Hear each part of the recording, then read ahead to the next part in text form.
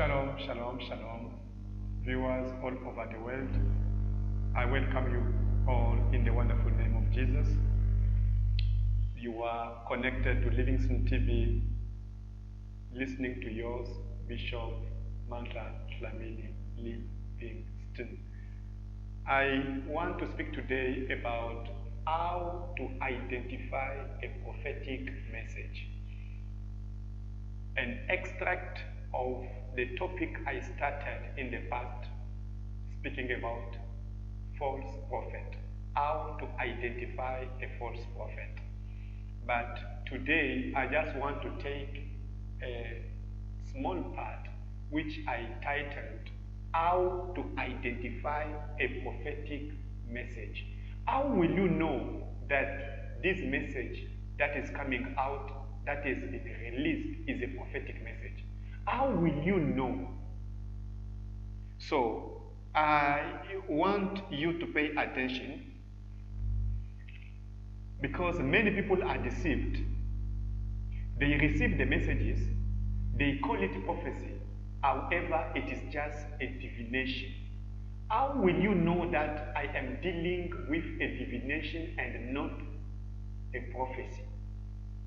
First point, we have three ways. In other words, a prophetic message has to be given in three tenses. We have past tense, we have present tense, and we have future tense. How can you identify these three?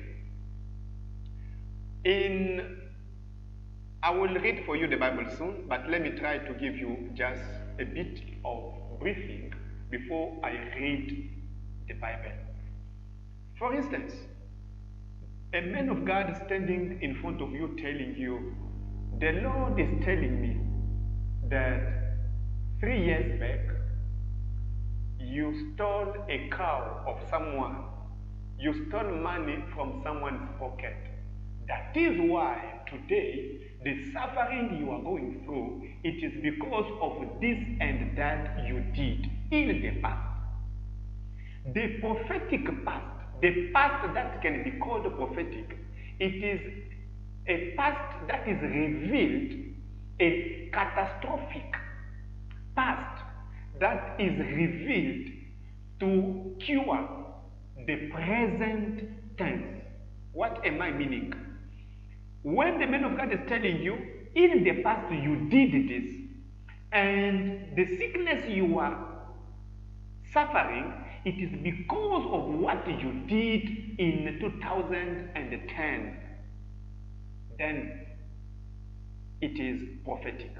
But when you are dealing with such a message that someone will stand in front of you, tell you that when you were 12 years, you were stealing meat in your mother's pot. And then what? Because you are born again, you confessed that sin, you were already forgiven. It doesn't have a sense. When a past is revealed, it must be a past that is having a relation, a correlation, that is having a link with your present. A catastrophic past, a bad past, which is causing the present to be nefast, to be bad, to be catastrophic. That is the past that can be revealed. I will read very soon in the Bible. You see Prophet Samuel telling Saul, this and this, I will come to it. Now, I want to speak about the present tense. I will come to the past because I will give a verse that will unite, that will link all of them together. I'm sorry. A past tense must be given with two reasons, as I said. Cause of catastrophe, someone may be in bondage because of his past misbehavior. Then the past can be revealed. Second reason, conviction. Meaning, the Lord can speak about your past for him to convince you about your present. For instance, the Lord can tell you, like Jesus, when Jesus was, let's take one verse. Let's take John chapter 1 verse 46 to 51. The Bible says, Nathanael said to him who? Jesus, how do you know me? Okay? Jesus answered him, before Philip called you, when you were under the fig tree, I saw you. Jesus is speaking about the past. Telling Nathanael, before Philip called you, when you were under the tree, I saw you. That is the past. It is a past that was revealed to convince him that it is the Lord speaking. Though it was not catastrophic past, he was just standing under the tree. And the Lord spoke to him to tell him about it, not to convince him about what he did wrong. Now, you can take 1 Samuel chapter 15, verse 16 to Kosian. 1 Samuel chapter 15, verse 16. The Bible says, then Samuel said to Saul, be quiet, and I will tell you what the Lord said to me last night. And he said to him, speak on. So Samuel said, when you were little, in your own eyes, were you not head of the tribes of Israel?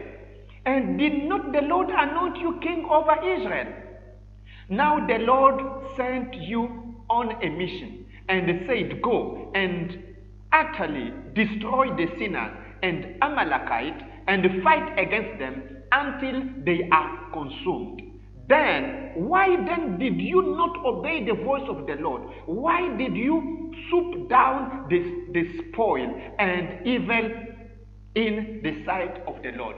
When Saul was sent for him to go and destroy him, instead of destroying, he went to do the opposite. And then the Lord spoke to him through the prophet Samuel to tell him, I sent you for you to do this and that. You didn't do what I supposed to tell you, but you did something different.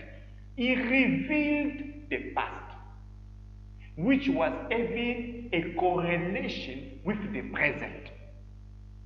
I think I am making a sense. But when you see someone giving you a kind of a message which doesn't have any correlation, which doesn't have any proof of conviction, but just speaking about the past, which does aimlessly telling you about the past, should I tell you what you did when you were 12 years? You did this, just without any aim. That is not prophecy, that is divination. A prophecy must have a goal. Viewers all over the world, I will continue. I wanted to finish this point, how to identify a prophetic message. I spoke about the past. I said the first past must be a catastrophic past, and the second past must be a past that is for conviction. So I will come back and continue from where I stopped.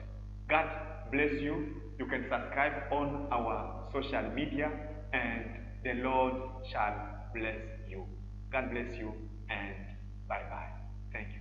Shalom.